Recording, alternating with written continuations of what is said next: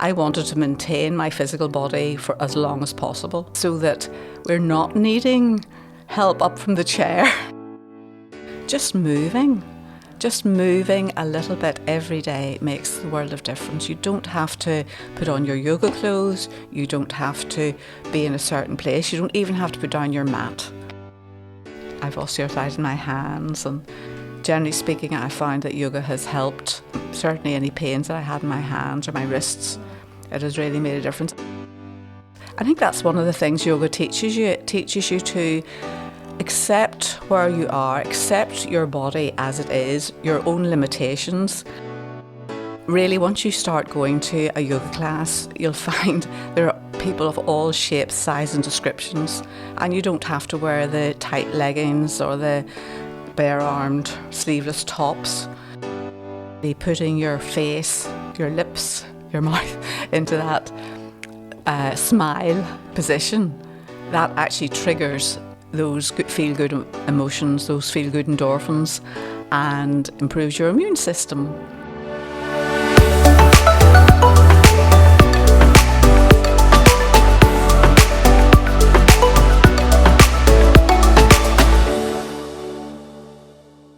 Hi, welcome to the very first Bloom at the Yoga Garden podcast. I'm Louise, and today I'm joined by owner, creator, founder of the Yoga Garden in Ballynahinch, which is a yoga studio nestled in the Co.Down countryside. So welcome, Andra. Thank you, that sounds awfully grand. I didn't realise I was all those things. I feel quite impressed. Well, it's lovely to have you here today. Thank you for having me. So, I'm going to ask you just a couple of questions about your yoga studio. Well, don't make them too hard. I won't. I'll try my best. So, just describe to me, when did you create the yoga garden and why? Well, I suppose once I finished, in fact, while I was doing my teacher training, I had absolutely no intention of teaching yoga. I was doing it just for my own benefit, to find out more about yoga, because I felt there was so much more I needed to know. And the teacher that I was going to at the time suggested that I would do the teacher training to find out. And I said, well, there's no way I'm teaching. I'm a retired teacher. I'm not starting to teach again. And he says, oh, you don't have to. Lots of people do it and don't teach. So I said, okay. I signed up and really enjoyed it. The more I got into it, the more I enjoyed it. And of course, because it was a teacher training course, there was a teaching element in it. So I found I was teaching yoga to fellow students initially, and then as the course progressed, we had to teach other people yoga. And I just found I really enjoyed it because I was getting so much out of yoga and enjoying it so much and feeling so good in every aspect of my life that I really just wanted to share it with people. So then I started teaching in the house. I cleared the drawing room, which was a bit of a mammoth task, but then it meant that just I left it cleared most of the time. I was lucky I had the space, and I wasn't sure whether people would come, but people did come. And then I realised that maybe we had this empty space on the farm, and it wasn't very hard to persuade my husband that we should convert it into a purpose-built yoga studio. It was a bit of a waste of a building. It needed something done to it. It was full of rubbish, and it's turned into this wonderful space that I am so lucky to have, and that people will come and do yoga in with me. So would you say that yoga is kind of like taken over your life in a way? Yes. I must be honest, if I hadn't my yoga, I don't know. Well, I dare say, I suppose I would have found something else, but I do love my yoga and enjoy it so much, and particularly the friendship and the camaraderie that I've got from yoga. I think that is more important, or just as important, as the actual physical practice in many ways, because I've met so many lovely people. I've met people I never ever would have met before, and I found a lot of those people have come to yoga completely new, not knowing what to expect, and telling me how much better they feel. People with sore backs feel so much better, don't need the physiotherapist anymore, and people sleeping better. All the things that I wasn't really thinking of when I started yoga. I just wanted people to feel as good as I feel. And is it really one of those feel-good practices that you can do? I mean, some people, they don't get yoga, or they think it's all quite airy-fairy and you have to be really flexible to do it? Like, will normal people notice a difference when they start? Well, I think you can get what you want from yoga. I mean, it offers so much. You can just do the physical practice, which is going to help with your physical body. It'll improve your stamina, your strength, your flexibility if you persist at it. But equally, if you want to, you can go into the spiritual side of it. And I must say, I find more and more I'm delving deeper into the spiritual side of it, and I'm also introducing more of that into my classes now. And I was really delighted recently that one of my students sent me a message to say that she had come to yoga solely for the physical aspect of it, and she found she was now beginning to really enjoy the spiritual aspect. So I don't know whether it's the times we're living in, or whether it just happens to be maybe that's what happens once you've been practicing yoga for a while. But I was really delighted to hear that, because sometimes I wonder, am I maybe putting too much of the spiritual element into it for people? But generally speaking, people seem to enjoy the mix of the physical and the spiritual. Well, it's hard to separate the two, really, isn't it? We're all spiritual beings. Oh yes, we are actually spiritual beings in a human body. Yeah, that's a good way of putting it. Physical body. Yeah. As opposed to the other way around. Well, speaking about the body, what are the benefits of yoga if you were to just sort of try and sell it? Well, it'll improve, I've already said about improving sleep. It'll make you stronger. It'll make you more flexible. It'll help you with your day-to-day life. I mean, to me, at my age, when I really started my yoga practice seriously, what I was thinking of, although on reflection that this is what I was thinking of, I wanted to maintain my physical body for as long as possible. So really what we want to have is a workable range of movement that we can take through into our later years in life, so that we're not needing help up from the chair, that we can walk, that we can get in and out of bed easily, we can bend down and pick things up on the floor. We want to be able to use our bodies and continue to use our bodies the way we could have when we were younger. Well, I'm glad you brought that up, because I'm not going to beat about the bush. You're in your 60s now, aren't you? That's kind to say. I'm in my 60s I'm here at the other end. But because you don't really meet that many yoga teachers that are in their 60s, or ones that even started teaching in their 60s. Well, maybe not people who start in their 60s, but you'd be surprised if you went to look how many older people practice yoga. And the oldest yoga teacher died very recently there, and she was over 100. Wow. And she was still teaching. And there are quite a few teaching regularly well into their 70s. So I hope I'm going to be one of them. So really, it doesn't matter what age you are, what age you start, you can start. I think that's the beauty of yoga. Anybody can do yoga. And obviously you pace it, you gauge it at your own level. But it's surprising, once you might start off at one spot and think, oh, well, I'm not expecting to do much more than this, maybe just with some restorative yoga. But the more yoga you do, the more you want to do, the more your body actually almost craves it, nearly. Certainly I do. I mean, I find I don't do well if I don't do yoga every day. Something. It is like a daily practice. You just can't pick it up now and again. It's something you have to keep working at. Well, it depends what you want to get from it. I mean, certainly when I started yoga, probably my late 40s, and I did 1 hour a week, and that was it for a long time. And then there were a few years when I did no yoga at all. And then I went back to doing another class, and I did it quite regularly. And then I found, once I retired, I found another class to do. So I was doing it maybe twice a week. But again, I wasn't doing any yoga at home, really. I was just going to the classes and enjoying the classes. And it was once I started going to the studio where I did my training that I remember talking to a girl who said that she came to yoga 3 times a week and was a member. And I said, 3 times a week? Imagine coming away here 3 times a week to do yoga. You wouldn't do that, would you? And before long, what was I doing? But I was doing yoga 3 times a week. And then I joined, became a member. And just from there on, it just accelerated. Do you think that anyone, then, no matter what size or age or whatever age you are, can become really flexible? Or will some people just always be that little bit harder to bend and harder to get into certain postures? But yoga's not, I know I mentioned flexibility, but yoga's not really about being flexible. It's more about mobility. Okay. I would rather say mobility. And I think people's mobility will improve. Some people, just because of their physical anatomy, are never going to be able to do certain postures. Because if you're talking about a forward fold and it's bone on bone, you can't change that. No amount of stretching or moving is going to change that. So you have to accept your physical limitations by the shape of your body, the shape of your hips, the shape of your shoulders, maybe any old injuries you've got. So we have to sort of accept, I think that's one of the things yoga teaches you. It teaches you to accept where you are, accept your body as it is, your own limitations, and just say, right, that's fine, that's where I am today. Maybe next week I'll go a bit further. And I do find, from my own point of view, that things that I never imagined for 1 minute I would be able to do.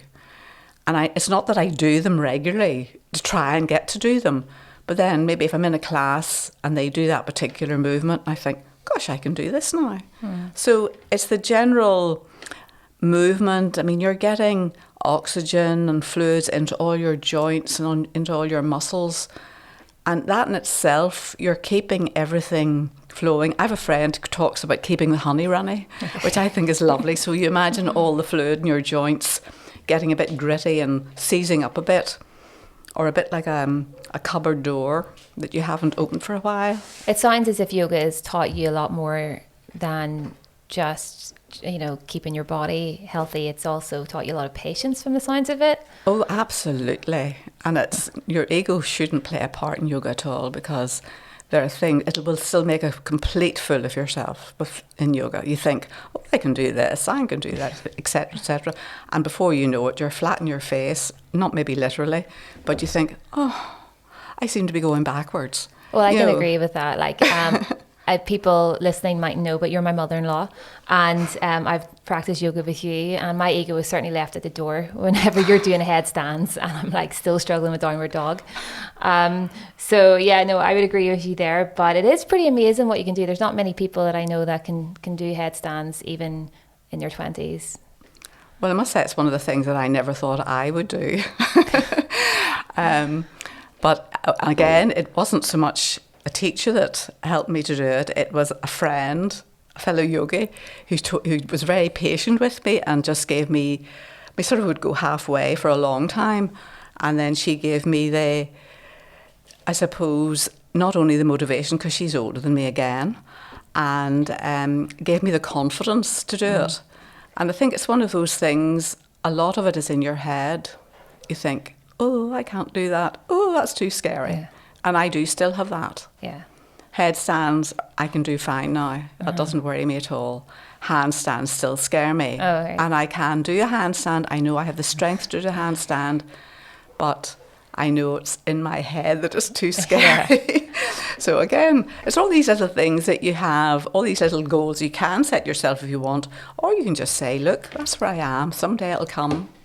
See, that's the thing I notice with women in particularly, especially, well, around with younger women as well, that it is a confidence that holds them back, especially when it comes to things that require the physical body. Like, so I know a few people that think that they couldn't possibly go to a yoga class or start yoga until they lost weight, because surely they can't, bend the same or, partake the same, because all the images that they've been shown have been young, skinny women in matching crop tops. Yeah, that's the trouble with yoga. Actually, it does have this image of young, skinny people in terribly tight leggings and things, and really lovely, muscly arms with no wrinkles or anything. But really, once you start going to a yoga class, you'll find there are people of all shapes, sizes and descriptions, and you don't have to wear the tight leggings or the bare-armed sleeveless tops.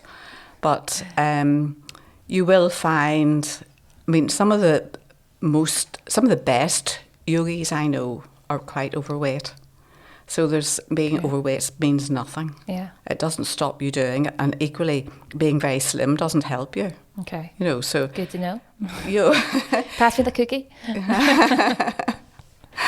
But yeah, speaking about yoga classes, then obviously with recent events and things, you've had to move your classes online. Mm-hmm. So how have you found that? Like, is it just as good? Is it harder? Well, at the beginning, I found it really scary. Yeah. I found it really stressful and really exhausting. But I've got, like everything else, I've got used to it now. And it's not the same. You don't get the same crack. I mean, I love the feedback when people are groaning and they say, oh, we need a rest or whatever. I really enjoy the feedback that I would get from my clients, and I don't mind it at all when they complain. And I like it when they ask questions, you know, which you can't really do with an online or in a Zoom class.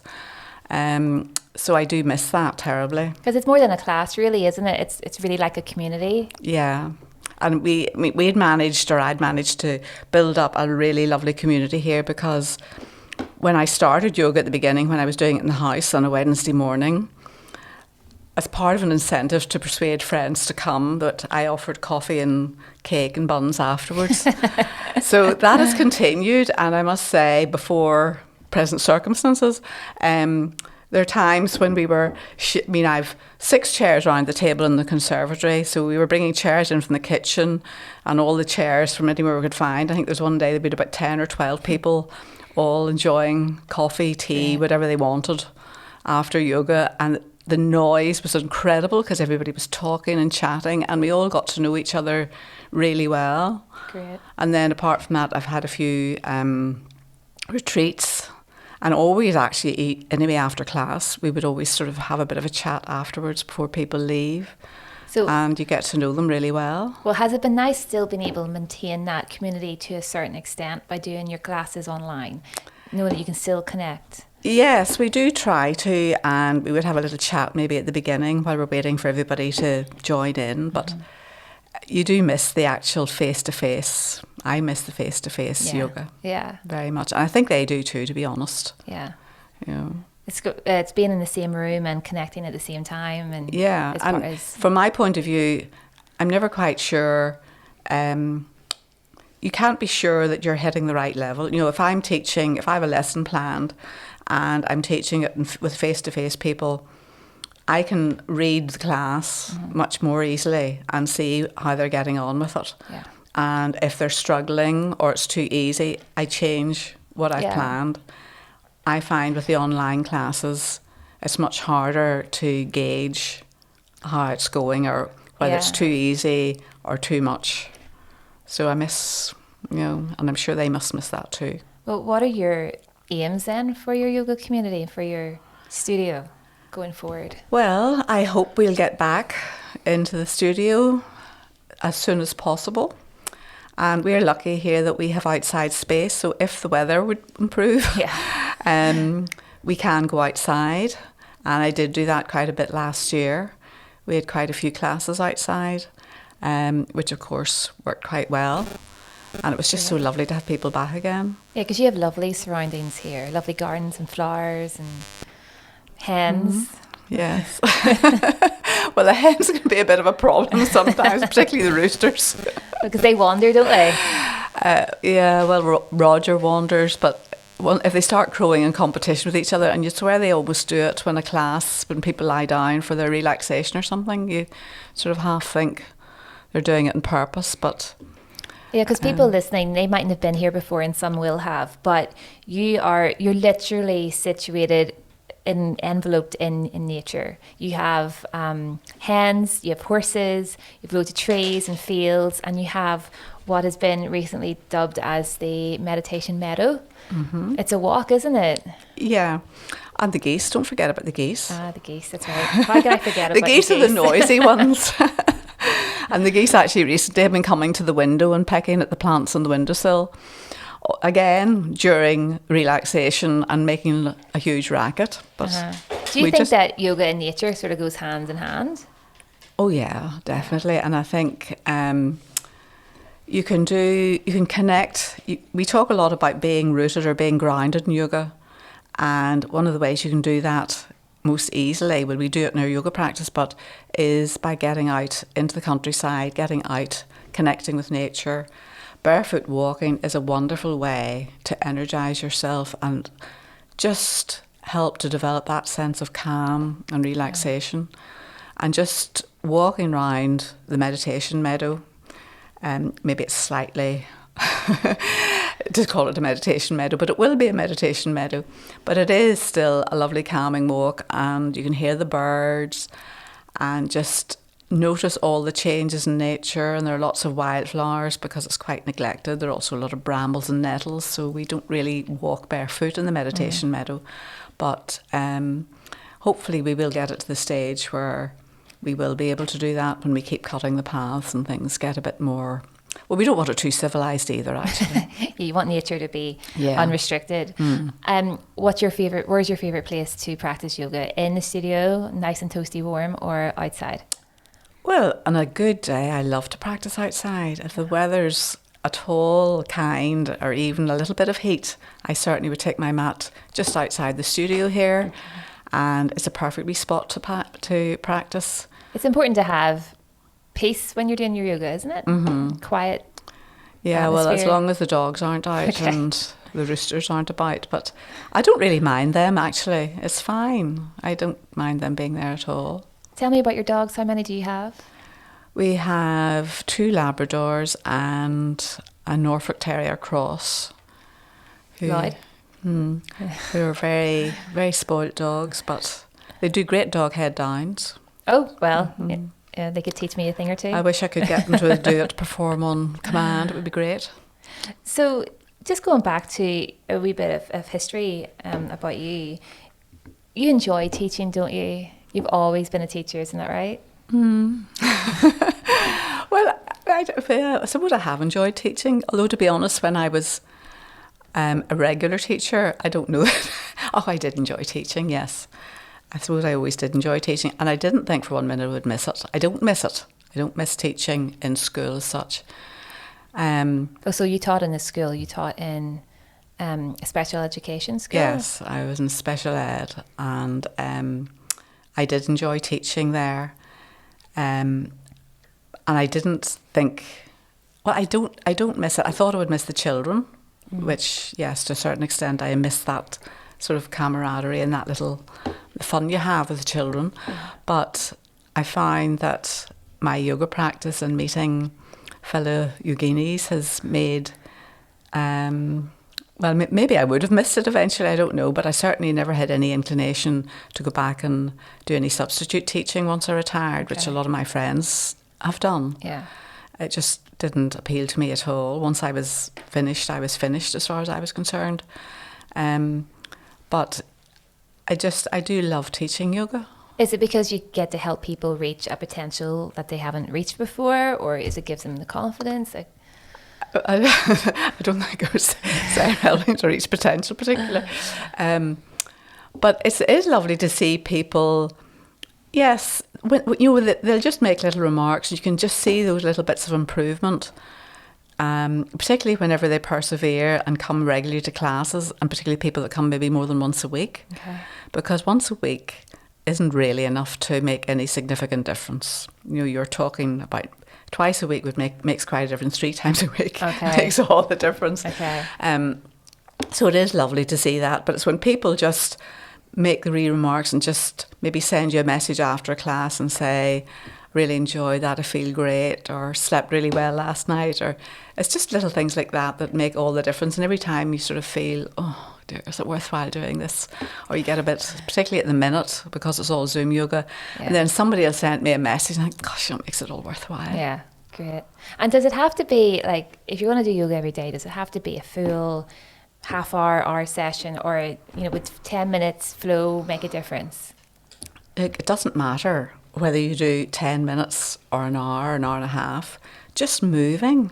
Yeah. Just moving a little bit every day makes the world of difference. You don't have to put on your yoga clothes. You don't have to be in a certain place. You don't even have to put down your mat. Yeah. Just moving your body. And I think once you practice yoga for a while, you begin to learn what your body needs. And there are times you just have a stretch wherever you are, whether you're sitting at the kitchen table or maybe in your office, you can have a little stretch and maybe do a couple of cat-cows or something like that. Yeah. And I mean, just the smallest little things, just moving your body and being aware of what your body wants at any particular time. Like, it's amazing the difference even a cat-cow makes to me, because you don't notice sometimes is how tense you are, and that how much you've been holding your body in a certain way.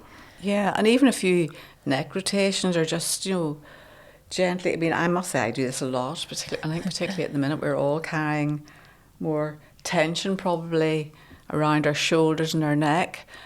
And it's just amazing how a little bit of a stretch, and then what I find is, though, of course, I start to think, I'm just going to have a wee quick stretch here, and half an hour later, I'm still at it. But that's just because I'm a wee bit of an addict. Well, nothing wrong with that if you're passionate about something. Speaking about passion, you have a husband, Raymond, who's also a little bit addicted to a certain kind of sport, isn't he? Oh, cycling. Yeah. He's just addicted to exercise, I think, actually. Well, but he loves his cycling. You two are quite an inspiration. I do tell people about you quite a lot. And when I say that my mother-in-law is a yoga teacher and my father-in-law cycles 50 miles a day, easy, no sweat. It's a good way to be. Yes, I suppose we're lucky too that we've had our health and that we're able to do it, which, we've been fortunate from that point of view. Yeah. Although he did break his leg a couple of years ago off the bicycle, but he's back on the bike, just back to normal again now. Great. But yes, funny he said to me there just today, he actually took off his boots when he came in from the tunnel into the kitchen, and I said, well done. I said, 49 years later, or nearly 49 years later, you've learned. And he says, yeah. He says, how do we stick each other? So I said, it must be love. And he goes, love. Well, is he not happy? Does he not benefit from some free yoga sessions? Oh, yes, he does. Yeah. He would complain, actually, when he doesn't get his yoga. He would say, missed yoga last week, but he only does it once a week. Okay. But is it enough to just balance out the creaks in him? Well, I don't know. He seems to think it is. But he is, you talk about being stiff. And he is very round his shoulders, and years of riding horses and cycling, I think his shoulders are sort of almost set in stone. But he does find yoga helps him. He does find it sort of relieves things. I mean, there are quite a few things that he finds just too painful to do, and he's had broken elbows and things that... He's very lucky to have you then. Oh, you think so? Yeah, for sure. I must remind him about that. Well, you both share quite similar interests. So you both like gardening and horses. Mm-hmm. And dogs. History. Yeah. Oh, yes, we do, I suppose, have quite a bit in common. But he cuts the grass and I do the weeding. Cool. Although now he's got into his tunnel again, and we're growing a lot of vegetables and plants, hopefully. So we'll become... And of course the hen supplies with eggs. So we're aiming to be self-sufficient. Brilliant. Maybe. It's a bit like the good life, isn't it? Oh, we definitely have a good life. No doubt about it. Excellent. So how long have you been married? I think it'll be 49 years this year. That's amazing. So next year's the big diamond. Is it? Isn't no, it? Golden. Oh, right, golden. 50, yeah. Right. Still gold's pretty good too. It's quite a lot. And it reminds me when you were talking there about somebody I know once said, move your body because you can, because there are a lot of people that can't, and they would love to be able to just get up and move. And I try to remember that every day. To just move, whether it be short or long. Exactly. No, I would agree with that. And the other thing that I have shared with my yogis quite recently is a Thich Nhat Hanh bit of advice where he says... every morning, as soon as you wake, smile and say, thank God I'm alive. And I must say, I try to do that every morning. Yeah. And you'd be amazed at the difference that makes to how you feel or how it starts your day off the right way. Yeah, because you're making an intention at the start of the day that's going to be positive. You are. And you're smiling. And even just a smile changes how you feel, how your physical and emotional body, how you feel within yourself. I mean, they used to think that a smile sort of was started by the emotions, but now they've proved that actually putting your face, your lips, your mouth into that smile position, that actually triggers those feel-good emotions, those feel-good endorphins, and improves your immune system. Oh, great. So the more you smile, the more you're benefiting your immune system and lots of other bits of you. Brilliant. And would you say then that yoga has really, has it made a difference to the kind of person you are since before you took it up? Oh, definitely. I'd say I'm much more forgiving. Okay. I'm much more accepting. I enjoy life more. I appreciate life. I appreciate everything that I've got so much more. And the only thing really in my life that has changed, okay, I've stopped working, but is yoga. Right. And I really do feel that it's just a brilliant activity. What would you call it? It's not a sport. It's not. It's a way of life. Yoga is a way of life, actually. And is it the meditation part that's done that, or is it the actual physical yoga? Well, it's a combination because the physical practice makes it. Originally the physical practice of yoga was developed so that the students were more open and more able to meditate. Okay. Because yoga was originally a spiritual practice. Right.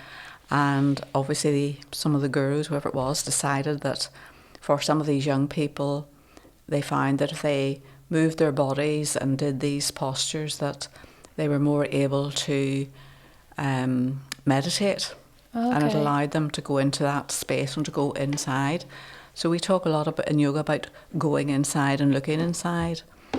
And I think one of the things about a yoga practice is that because you're getting instructions to place your body in different parts of your body in different ways, and you're doing that, your mind isn't thinking about anything else. Okay. You're completely focused, particularly balancing postures and some of the things like that, where you're completely focused on what you're doing. So you're not thinking about the shopping, you're not thinking about how dirty the floor is, you're not thinking about anything else. You're literally thinking about, how can I do this? How can I make my body do this or get my body to do this?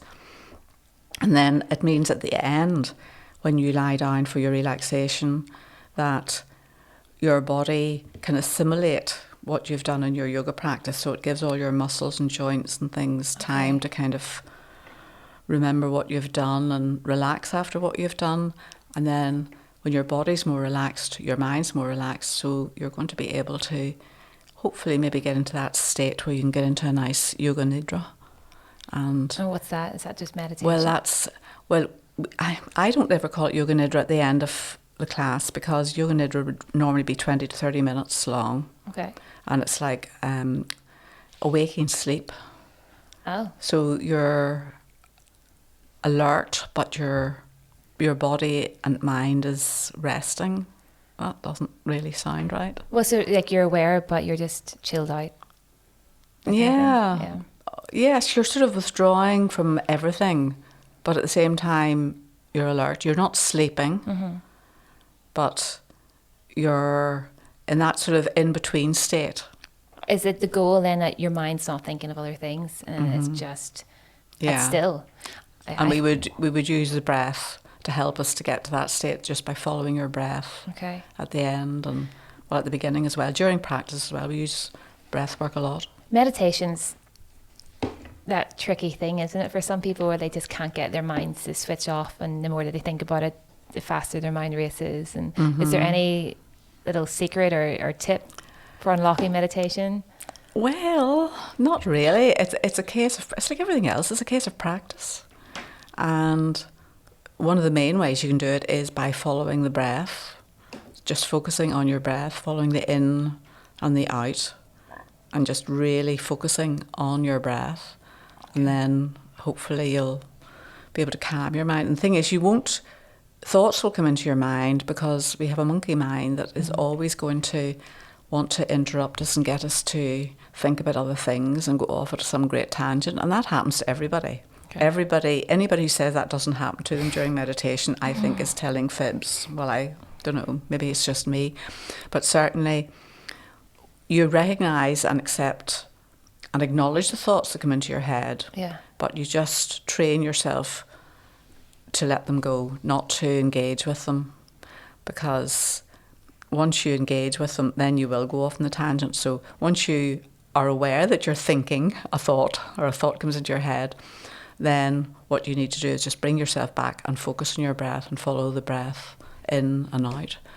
And then another thought will come into your head 2 minutes later. And then you can get to the stage where maybe you can focus on that little space in between the thoughts. Okay. So it's just a case of starting off with maybe a couple of minutes. And then, of course, in the classes, it's a guided meditation, so it's easier. But if you're thinking about a meditation at home or on your own, that's more difficult.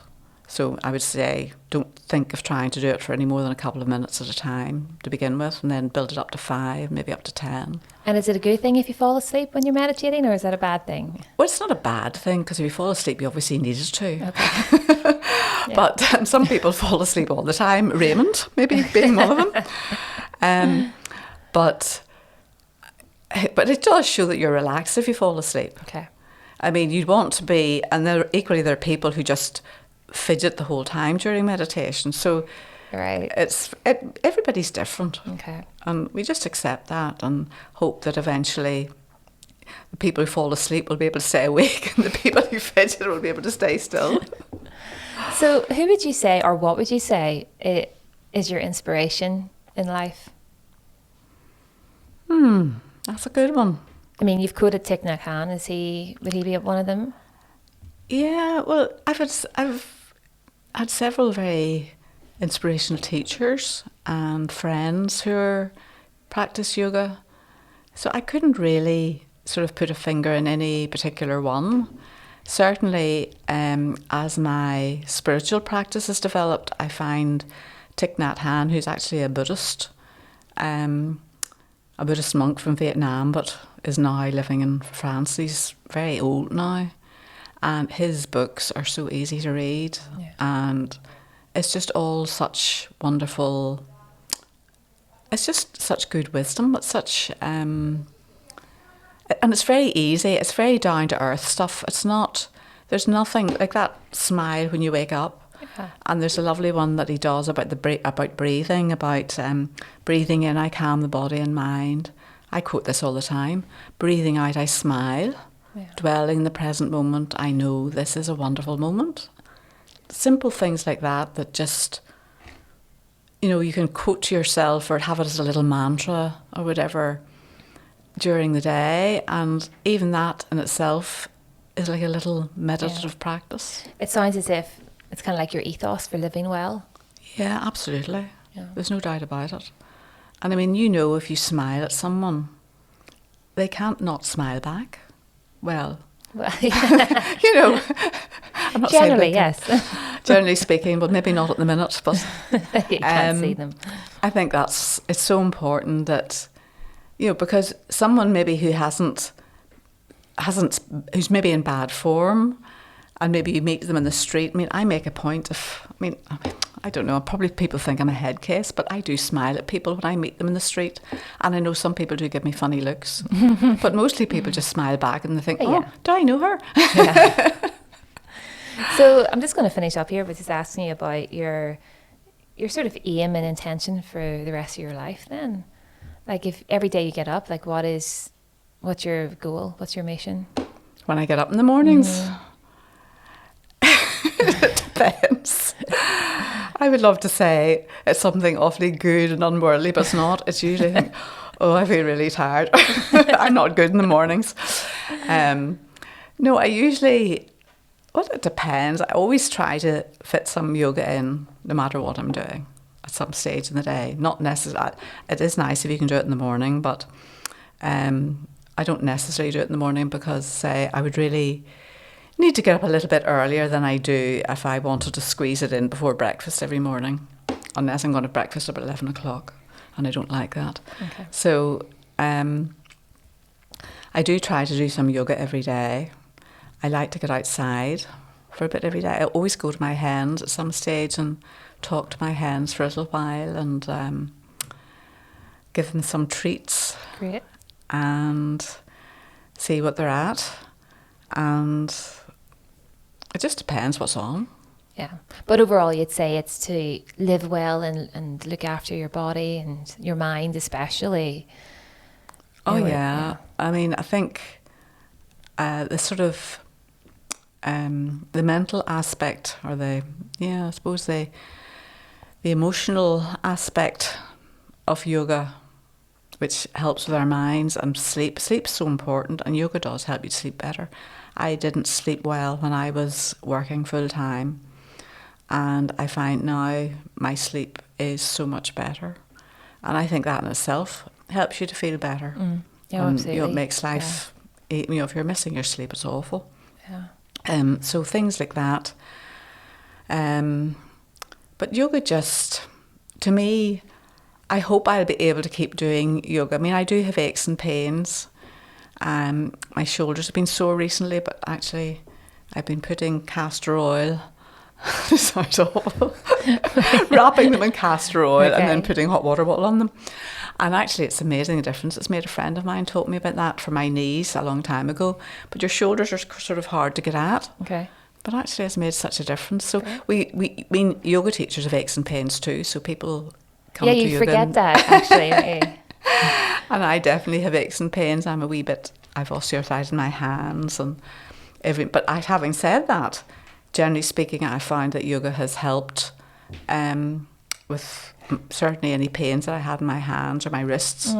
It has really made a difference. And again, I think it's just I'm getting more blood and oxygen and nutrients into my joints, into my fingers. And even my shoulders, I'm complaining about my shoulders, but I mean, it hasn't actually stopped me doing much in yoga. Yeah. Because mostly I find once I get warmed up and once I've moved my shoulders quite a bit, everything works okay. It'd be whenever I would get up in the morning or sit without moving for a while, I would notice them a wee bit. Yeah, they do seem to sort of seize up a bit. So again, that brings you back to the thing that I said at the beginning, that it's all about keeping mobile and keeping everything moving and keeping everything nourished. And of course it is about eating healthily as well. I mean, I've been vegetarian for, I don't know, I keep saying 30 years, but it must be more than that now. But it wasn't really for a healthy aspect that I started being vegetarian. It was because of the animals. Okay. Well, do you think that's made a difference to your health? I don't know. I've no comparison. Okay, it's been a while. Yes. Definitely, actually, when I stopped eating meat, I did notice I had more energy. Okay. So I think it probably has made a difference. I don't know. Yeah. I can't really claim it to be anything. Well, your hens are glad you're vegetarian. That's true. So essentially then we're saying that we're aiming for the world's oldest yoga teacher. Part 2. I think that's a good aim to have. Well, I don't know. I just like to keep teaching yoga for as long as I can. As long as I can keep moving. Yeah. And getting out of bed in the morning and not being restricted in any way in what I can do. I mean, I remember reading a while ago too that it was a girl that actually taught yoga to footballers. I can't remember his name. I'm not very good at footballers. But anyway, she was doing yoga with them. And she maintained, one of her little mantras was that yoga allows you to keep doing what you want to do for longer. That's a good way of putting it, actually. Yeah. That is good. Well, it was lovely to have you on our very first podcast. Before I go, I just want to remind people that if they want to practice yoga with you at the moment, you're teaching classes online 3 days a week via Zoom. And they can find more about that at www.theyogagarden.life. But hopefully we'll be back to studio classes very shortly and they can meet you in person. Yes, that would be brilliant. Excellent. Well, thank you so much. Thank you so much. And namaste. Namaste.